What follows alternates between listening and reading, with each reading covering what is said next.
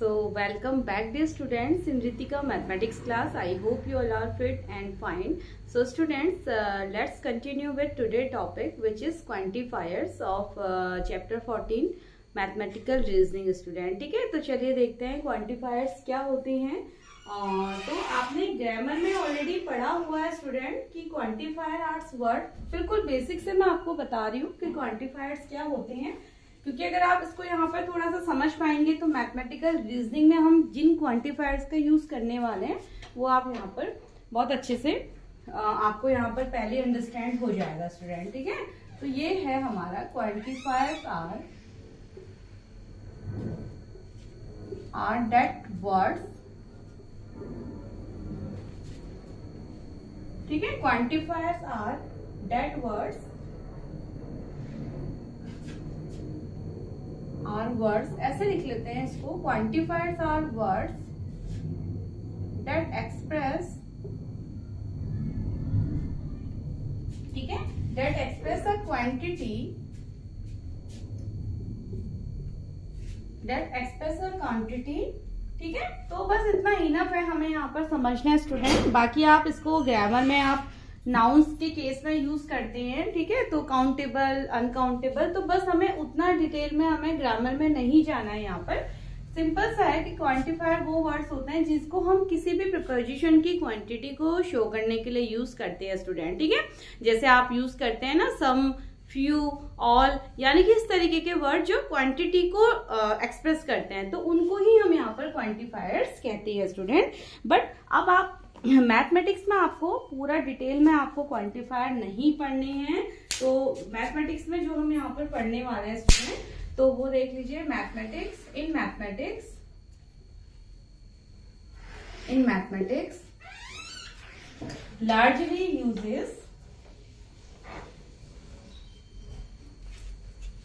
largely uses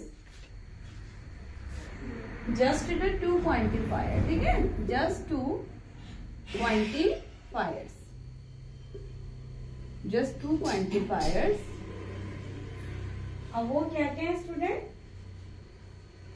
there exist।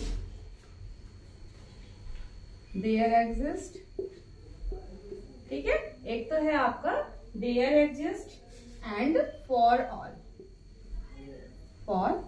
all, there exist and for all। ठीक है, इनका हम यूज करने वाले हैं। ठीक है, तो अब there exist का मीनिंग यहाँ पर थोड़ा सा समझ लेते हैं स्टूडेंट। there exist क्या है हमारा, आपने सुना ही होगा कि हम यहाँ पर there exist for all।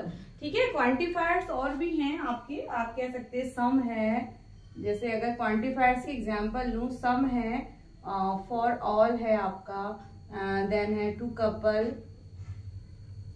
ठीक है, टू कपल है, फ्यू है, तो ये सभी आपके क्वांटिफायर्स के एग्जांपल होते हैं स्टूडेंट। बट मैथ में हमने जो दो क्वांटिफायर यहाँ पर समझनी है वो है there exist and for all. ठीक है, तो देयर एग्जिस्ट क्या होता है, इसको हम कहते हैं this is known as, there exist, this is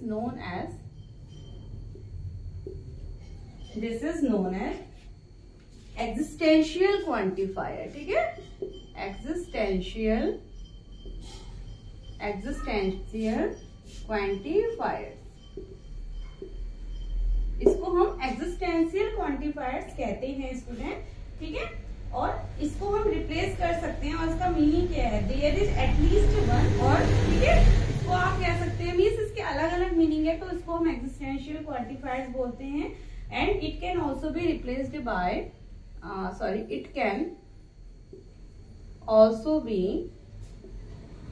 it can also be replaced by the equivalent phrases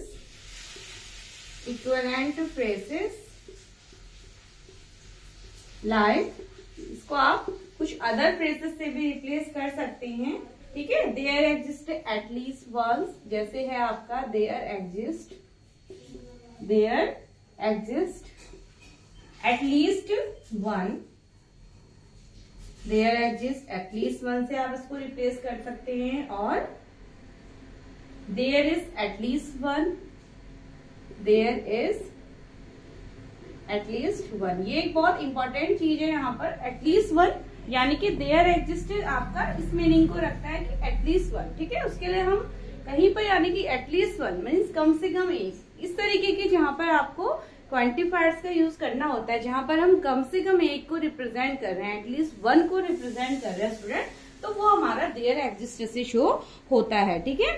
और एटलीस्ट वन आप कह सकते हैं और देयर इज भी आप इसको कह सकते हो, ठीक है, और देयर इज। तो ये हमारा देयर एग्जिस्ट को यानी कि जिन फ्रेसेस की हेल्प से आप रिप्लेस कर सकते हैं वो हमारे फ्रेसेस हैं, ठीक है। पहला है हमारा there exist at least one, there is at least one और देयर इज, ठीक है। जैसे एग्जांपल ले लेते हैं स्टूडेंट, एग्जांपल से समझ लीजिए इसको।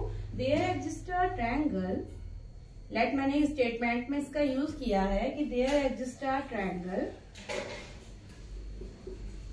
There exist a triangle whose all sides are equal, whose all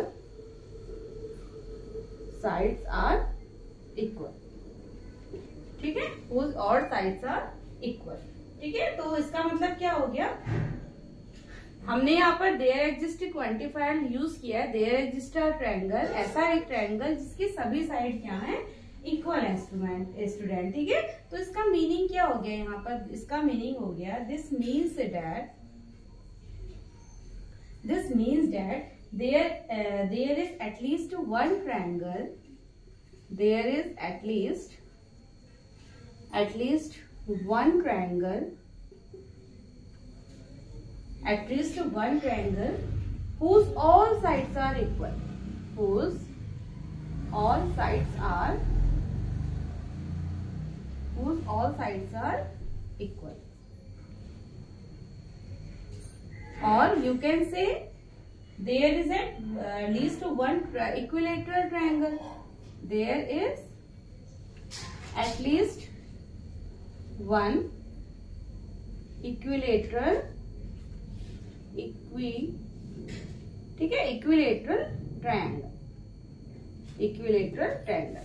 तो यहाँ से आप देयर एग्जिस्ट का आई होप मीनिंग समझ पाए होंगे कि देयर एग्जिस्ट क्या है, हमारा एक एग्जिस्टेंशियल क्वांटिफायर से स्टूडेंट, जिसको हम रिप्लेस कर सकते हैं कुछ फ्रेजेस की हेल्प से, जैसे देयर एग्जिस्ट एटलीस्ट वन, मतलब कि एटलीस्ट वन के सेंस को यहाँ पर रखता है। देयर एग्जिस्ट मतलब जो एटलीस्ट वन के सेंस को यहाँ पर रखता है, यानी कि बहुत सारे में कम से कम एक, ठीक है।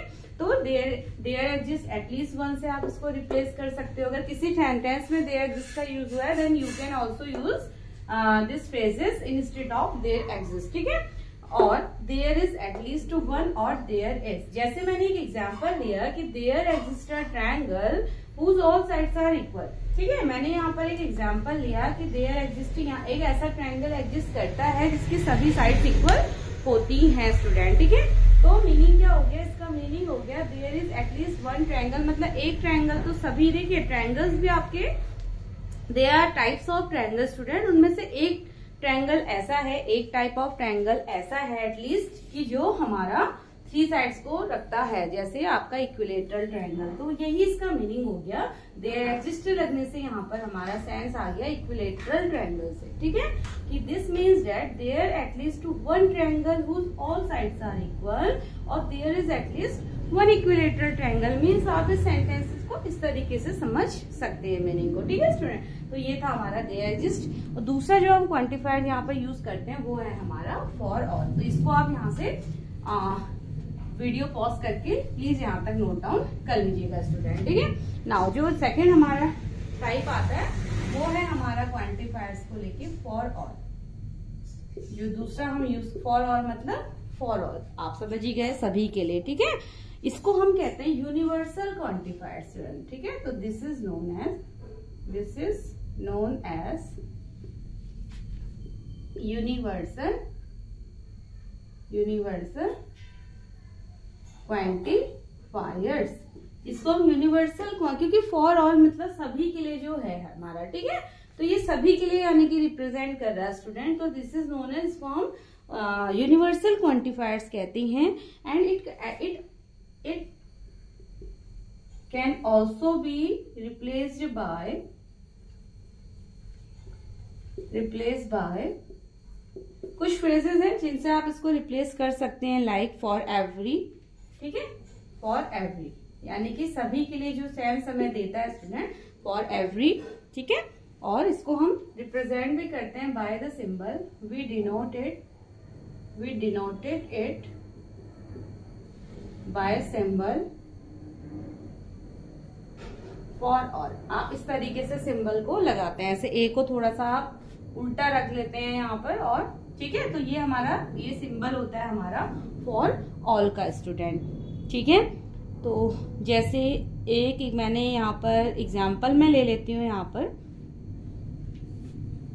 तो आप समझ ही गए हैं कि फॉर ऑल को हम फॉर एवरी से भी रिप्लेस कर सकते हैं, ठीक है। तो पहला जो हमने देखा वो था देयर एग्जिस्ट, दूसरा हमने जो देखा वो है फॉर ऑल स्टूडेंट, ठीक है, या फॉर एवरी से आप इसको रिप्लेस कर सकती हैं, ठीक है।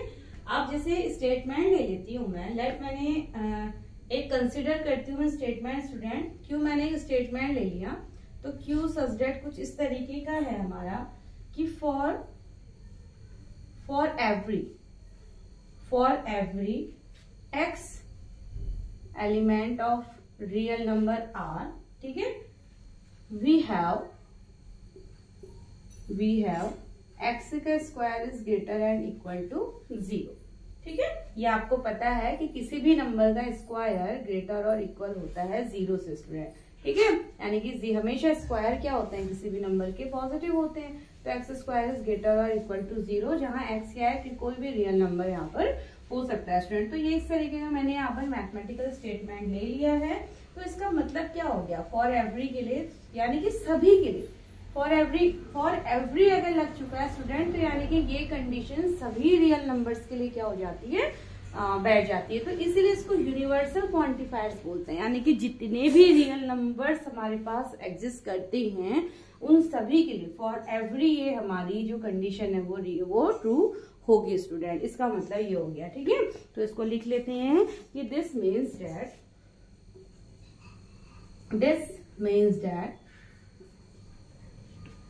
x square is greater equal to 0 holds for every real number, ठीक है, holds for every real number, सभी रियल नंबर को एग्जिस्ट करता है, ठीक है, रियल नंबर x। तो आप कह सकते हो इसको इजी वे में कि डेट इज क्या हो जाएगा, x square is greater and equal 0 holds for all.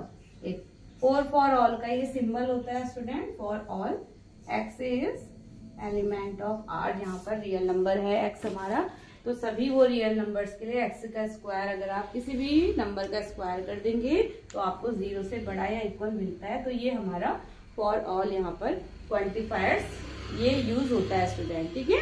तो चलिए बस ये हमारे 2 क्वांटिफायर्स है जो आपको यहाँ पर समझने हैं। आप नेक्स्ट टॉपिक में, नेक्स्ट वीडियो में हम समझेंगे कि किसी भी निगेशन ऑफ स्टेटमेंट में हम क्वांटिफायर्स को कैसे यूज कर सकते हैं स्टूडेंट, ठीक है। तो चलिए till then bye and take care.